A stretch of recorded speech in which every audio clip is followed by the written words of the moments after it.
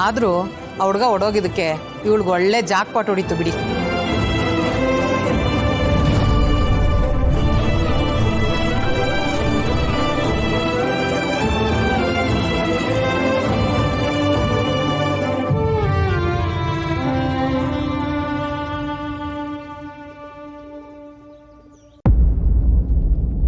ನನಗೇನೇ ಹೇಳಿದ್ರು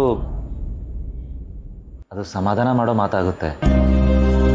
ನೀವು ಬೇಡ ಅಂದ್ರೂ ನಿಮ್ಮನ್ನ ಬಲವಂತವಾಗಿ ಕರ್ಕೊಂಡು ಹೋಗಿ ಅವ್ರು ಮಾತಾಡೋಕೆ ನಾನೇ ಅವಕಾಶ ಮಾಡಿಕೊಟ್ಟಂಗಾಯ್ತು. I'm sorry. ಅವ್ರು ಆಡಿರೋ ಮಾತನ್ನ ಮನ್ಸಿಗೆ ತಗೋಬೇಡಿ ಪ್ಲೀಸ್. ನಾನು ಬಿದ್ದಿದ್ದೀನಿ, ಅವರೆಲ್ಲ ಆಡ್ಕೋತಾ ಇದ್ದಾರೆ ಅಷ್ಟೆ. ಅದ್ರ ಬಗ್ಗೆ ನಾನು ಯೋಚಿಸ್ತಾ ಇಲ್ಲ. ಆದರೆ ನಾನು ನಮ್ಮ ಪರಿಸ್ಥಿತಿ ಬಗ್ಗೆ ಯೋಚನೆ ಮಾಡ್ತಾ ಇದ್ದೀನಿ. ನಾವಿಬ್ರು ಒಂಥರ 4 ಗೋಡೆ ಮಧ್ಯೆ ಸಿಕ್ಕಾಕೊಂಡಿದ್ದೀವಿ. ಅಲ್ಲಿ ಗಾಳಿ ಬೆಳಕು ಏನೂ ಇಲ್ಲ ಅಂತ ಗೊತ್ತಿದ್ರು ಸುಮ್ಮನೆ ನಿಂತಿದ್ದೀವಿ.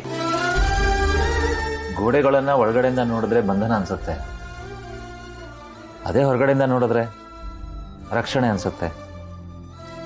ಎಲ್ಲ ನಮ್ಮ ದೃಷ್ಟಿಕೋನ ಅಲ್ವಾ? ಇದು ನಿಮಗೆ ರಕ್ಷಣೆ ಥರ ಕಾಣಿಸ್ತಿದ್ಯಾ? ಈ ಥರ ಸುಳ್ಳು ಖುಷಿಲಿ ಬದುಕೋದು ನಮ್ಮನ್ನ ಎಷ್ಟು ದಿನ ಅಂತ ಕಾಪಾಡುತ್ತೆ? ಕರ್ಣ, ನನ್ನಿಂದ ನೀವು ಈ ಬಲೆಯಲ್ಲಿ ಸಿಕ್ಕಾಕೊಂಡಿದ್ದೀರಾ. ನಿಮಗೆ ಸಂಬಂಧನೇ ಇಲ್ದಿರೋ ನನ್ನನ್ನು ಕಾಪಾಡ್ತಾ ಇದ್ದೀರಾ. ಮಧ್ಯೆ ಇಲ್ದಿರೋ ನಂಟನ್ನ ಜೋಪಾನ ಮಾಡ್ತಾ ಇದ್ದೀರಾ. ಕಡ್ದು ಹೋಗುತ್ತೆ ಅಂತ ಗೊತ್ತಿದ್ರು ಆ ದಾರದ ಮೇಲೆ ಹೆಜ್ಜೆ ಇಡ್ತಾ ಇದ್ದೀರಾ. ಇದ್ಯಾವುದು ನಿಮ್ಗೆ ಒಳ್ಳೇದಲ್ಲ ಕರ್ಣ.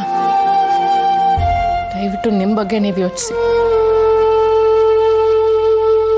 ನಾನಿಲ್ಲಿ ಯಾರೋ ಕಟ್ಟಿರೋ ಮನೆ, ನಾನೇ ಕಟ್ಕೊಂಡಿರೋ ಮಾಂಗಲ್ಯದಿಂದ ಆಚೆ ಹೋಗ್ಬೇಕಾಗಿದೆ. ಆದ್ರೆ ಇದಕ್ಕೆಲ್ಲ ಕಾರಣ ಆಗಿರೋ ತೇಜಸ್ಗೆ ನಾನು ಇಷ್ಟೆಲ್ಲ ಅನುಭವಿಸ್ತಾ ಇದ್ದೀನಿ ಅನ್ನೋದಾದ್ರೂ ಗೊತ್ತಿದ್ಯಾ? ಅವನು ಈ ಥರ ನಡು ಬೀದಿಲಿ ನನ್ನ ಬಿಟ್ಟು ಹೋದ್ರು.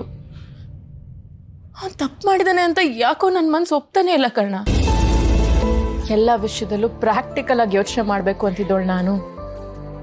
ನನ್ನ ವಿಷಯದಲ್ಲ ಇಷ್ಟೊಂದು ದಡ್ಡಿ ಆಗೋದ್ನ? ದಟ್ಟನಲ್ಲ ನಿತ್ಯ, ಪ್ರೀತಿ, ನಿಜವಾದ ಪ್ರೀತಿ ಮಾತ್ರ ಈಗ ಜೊತೆ ಇರಕ್ಕೆ ಸಾಧ್ಯ. ಏನೇ ಆದರೂ, ಎಷ್ಟೇ ದೂರ ಹೋದ್ರು, ಎಲ್ಲೇ ಇದ್ರೂ ಈ ಮನ್ಸು ಬಯಸೋದು ಪ್ರೀತಿ ಅಷ್ಟೇ. ಅದೇ ನಿಮ್ಮಲ್ಲಿರೋದು. ನನಗೆ ಈ ನಾಟಕ ಮುಂದುವರ್ಸಕ್ಕೆ ಆಗ್ತಿಲ್ಲ ಕರ್ಣ. ನಂಗಿದು ಯಾವುದು ಬೇಡ. ನನಗೆ ನನ್ನ ತೇಜಸ್ ಒಬ್ಬ ಸಿಕ್ಕಿದ್ರೆ ಸಾಕು.